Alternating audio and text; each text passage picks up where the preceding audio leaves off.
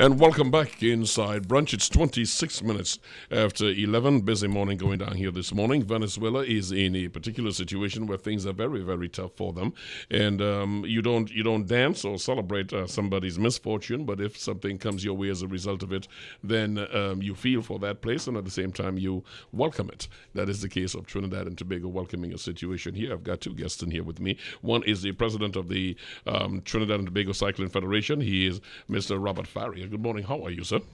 I'll get you up on microphone one. There we go. How are you? Yeah, good morning to you and good morning to Trinidad and Tobago. It's always a pleasure here. It is good to have you here, and with us also is Roxanne Ramnath. Good morning to you, Roxanne. Good morning, Rennie. How are you? I am doing pretty good on a busy morning. We are talking about the cycling event that's coming. It looks as though sometimes you have things happening and everything seemed to fall in place, and you say, was this planned? No, it was not, because we just recently opened a venue where we can accommodate this sort of thing. And what the sort of thing I'm talking about is the 2016 Junior Pan American Track Cycling Championship. That was carded for Venezuela. How did we get it, Robert? Exactly. And it's a good coincidence. Things happen in mysterious ways, and it's all for good. It was supposed to be in Venezuela, and it coincided same time, as you said, when we were opening the brand new facility here, and it was a good opportunity, with the situation in Venezuela. They wanted somewhere to host the championship, and we put our hands up. And we were ready, and we're here to go. Roxanne, you're in charge of public information, is it? Correct. Communication, all right. Let's talk about this. How many cyclists and from how many countries are we expecting? How many cyclists are we expecting, and from how many countries? We have a registration of over 15 countries. If you would get closer to that for me, that would work for me. Yes. Yes, we have a registration of 15 countries right now. We have Mexico, Venezuela, Barbados, Chile, Colombia, Costa Rica, Cuba, Suriname, St. Lucia, Guatemala, Dominican Republic, and Trinidad and Tobago. You say, as Robert said earlier, Robert, you said, of course we're fortunate and we agree with that, but it's the first time hosting this thing for Trinidad and Tobago. How prepared are we for this? I mean, it is not something that was years in the making. It came to us as a consequence of the misfortune there and the fortune of us having the facility for it. But how prepared are we to host such an event? Well, we what we did is we put a beautiful team together, a local organizing committee where we got help from outside, professionals to help us organize an event like this. Some marketing assistance and some logistics assistance and stuff within the team. And we were more than able to put it together. We're ready to go, and everything is in place. What is the time frame here we're looking at? It starts August 27th, is that correct? It starts on Saturday, actually, and it goes for 5 days until Independence Day. All right. So we have a theme that goes with it. It's we ask the general public to come out and support red, white, and black because it's in Independence time, and we really like it to support our young team, our junior team, and raw with passion and feel the pride. No medals in Brazil, Roxanne. So we're hoping that we can grab a couple of them at this. Yes, of course. And with our young team, we have a team of six guys and 2 young ladies on the team. And they have been training very hard every day on the track, training, preparing themselves for this event. And they are ready to roll. Okay. I did say no medals. We did get a medal. We got one last night. We got ourselves a bronze. And for that, we are thankful. We got a bronze last night. How much of an attraction is cycling, Robert, for the young folks, generally across different socioeconomic backgrounds? How much of an attraction is it? Because it is known that as long as there is something for the kids' sports, particularly for the younger ones to get involved in, it assists greatly with some of the problems of them joining on unwanted groups and so on. So how much of an attraction is it to them, and what is your organization doing to promote it further to get across all economic levels of folks involved in it? Well, let's look at this. Let's think back a bit. Christmas time, what is the most favorite toy of a child? If we did a little survey on that, more than likely it would be a bicycle. Okay. And just, bringing it back now to what is happening now, the sport company of Trinidad and Tobago there's a youth camp that is running right now. And I have been around looking at some of the areas. And, cycling seems to be one of the most popular sports. A lot of the kids gravitate towards getting a bike to ride and learning how to ride a bike. So there's a big opportunity for us to grow the sport. But before now, just what I'm asking, have you done any outreach to different communities prior to this? Yes, definitely. We have a program that runs on every Saturday morning in Arima where kids come out and learn to ride. Okay. We have our cycling fraternity starts from 6 years old right up to 70 plus. So we have competitive racing for kids from 6 years old. Okay, so and you've been getting folks coming in interested from all Definitely. different levels. Yeah. All right, now the Velodrome, the National Cycling Center, Balmain, Couva, Roxanne, is new. I don't know if a lot of folks know how to get there. Help them navigate this, because I would like to see a lot of people come out and support this this Pan American game situation. But I mean, help us with getting there. Of course. So the National Cycling Center is just after the Atoboldam station, the Atoboldam Stadium.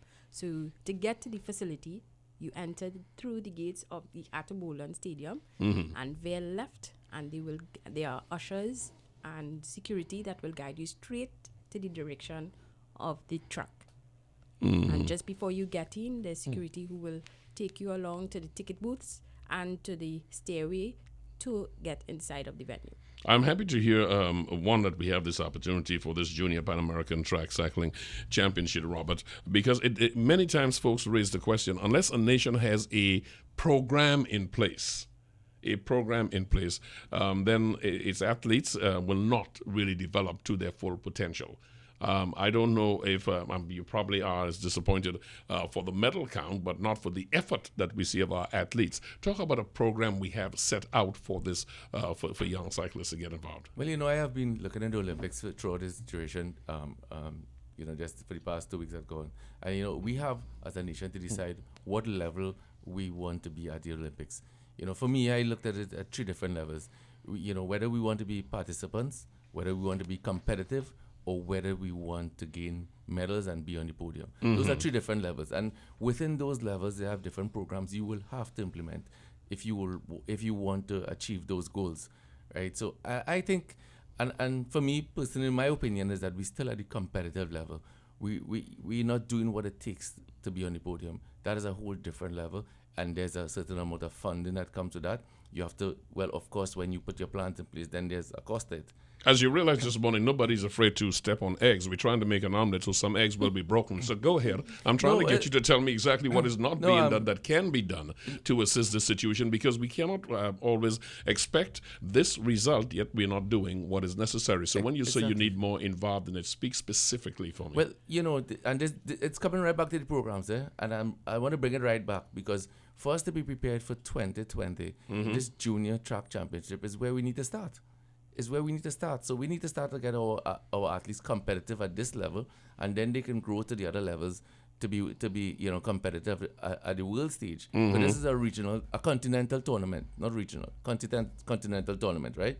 So this is how the program. That's one aspect. We have to look at for instance, the Great Britain track cycling team. They spend £13 million per year.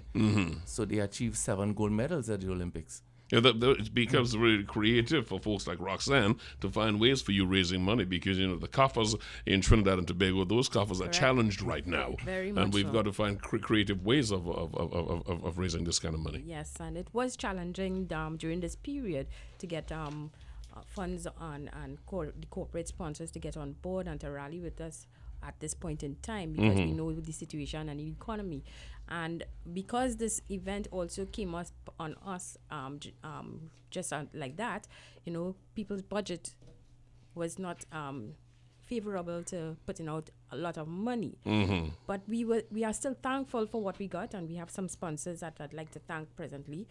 We have TSTT. So we'd like to thank them for coming on board, for partnering with us. We have TDC also. We have NLCB.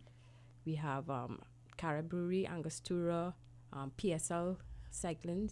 We have other companies like Subway.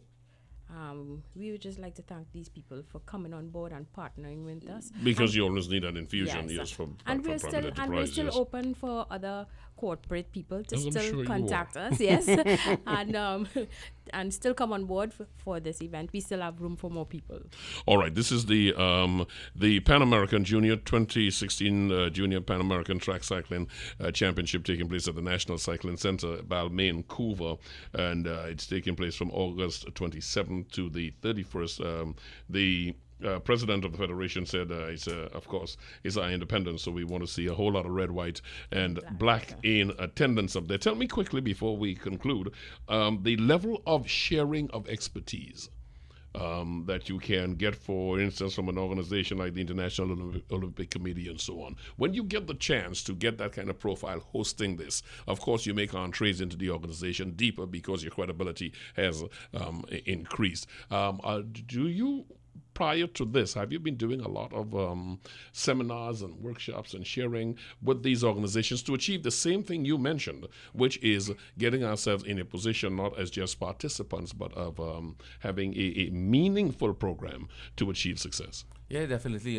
Sport is not just the athlete. Sport is everything that goes together with the administrators, the coaches, even the judge referees, and these are the organizations like the Trinidad and Tobago Olympic Committee that assist us getting those things in place and ensuring that we have the whole package, including our governing body, which is the UCI. The governing body of cycling, they were here recently looking at the facility, and one of the intentions that we have in place is to set up a satellite center at this facility for the Caribbean, so that we could be a training facility. Yes, so we can start really seriously looking at the sports tourism issue. Exactly. Which is so, as I said, there's a whole package. Hence the reason why TDC is on board with us, and they understand that we need to. There's 15 countries that are going to be here that can spread the word about our facility, that could come here to train. Some of the sponsors see the opportunity, like Caribbean Bottlers. They are our product sponsors, so they give us products that all the athletes will be using their product at the games. So, and more we can have that collaboration, because it has to be a full package. It's going to be another discussion for another time, but in addition to having these championships, a couple of things you got to have happening around that cycling village area, which has to do with hospitals and a whole lot of things that would augment what you're trying to do. Yeah. So we don't want to mash too much eggs, right? Because the hospital is close by, so we just need to get it's across the road, right? Good enough. We just need to get it open, right? All right. Give a website or a Facebook page folks can come out to get more information, please. Yeah, we have website, telephone number, or yeah, definitely Trinidad and Tobago Cycling .org. Yeah, that's our website. There's a Facebook page. Once you go to Trinidad and Tobago Cycling Federation Facebook page, you can get all the information. You can get tickets at the bike shops, Bike in Tunapuna, Geronimo's in Port of Spain, Mike's Bike. You can go to Ticket Gateway on .com online, and of course, cycling people, you can come down to the facility on Friday. We'll have tickets there available on Friday at the facility, and also on the day of the event. You can just come there and you can purchase the tickets there. Robert Farias, the president of the Trinidad and Tobago Cycling Federation, thank you so much for coming. Roxanne Ramnath is the communication director of that organization. Anything else you want to leave our listeners in passing? Yes, very much so. I'd like to let people know the cost of the tickets. Tickets are at ticketgateway.com. That's a subliminal problem I have. I never find out cost of things because I'm scared. But yeah, go ahead. No, well, we have a lot of people inquiring. So ticketgateway.com, and they can get their season tickets at $67 US online. And on the days of the sessions, we have 2 sessions. We have a morning session which starts at 11, and we have an afternoon session that starts at 3. And there are different prices for those sessions. The morning session is $40 for adults and $20 for kids. And the evening sessions are $100 for adults and $50 for kids. All the latter denominations are in TT money, right? Correct. Yeah, I like the way you say 67 US. You can't even find 10 anyway. This is something we tried with the online. Try to with the online thing, yes. All right. Just a little correction. The evening session starts at 6:00. Evening sessions at 6. Yes. And that's where we have all the finals of the event. It's going to be taking place at that time. So the morning sessions are more the qualifying events. Well, folks can go to Facebook, and as you said, and get it for the information on it. And I want to thank both of you all for stepping in this morning. Rather busy morning, but just to remind our listeners, this is the Cycling Federation of Trinidad and Tobago. And I got all the R's in here this morning. Yes. Rox, thank you very much. Robert, thank you very much. Rennie saying thank you. You all have yourself a wonderful morning. Thank you so much for dropping in, okay? Thank you very much. You're inside Brunch this morning. We're going to talk about the UNC petition being thrown out by the court, well, dismissed as it were. What does that mean? Who pays for all of this is an area of serious concern. I'll be talking to attorney Jean-Louis Kelly when we come back inside Brunch.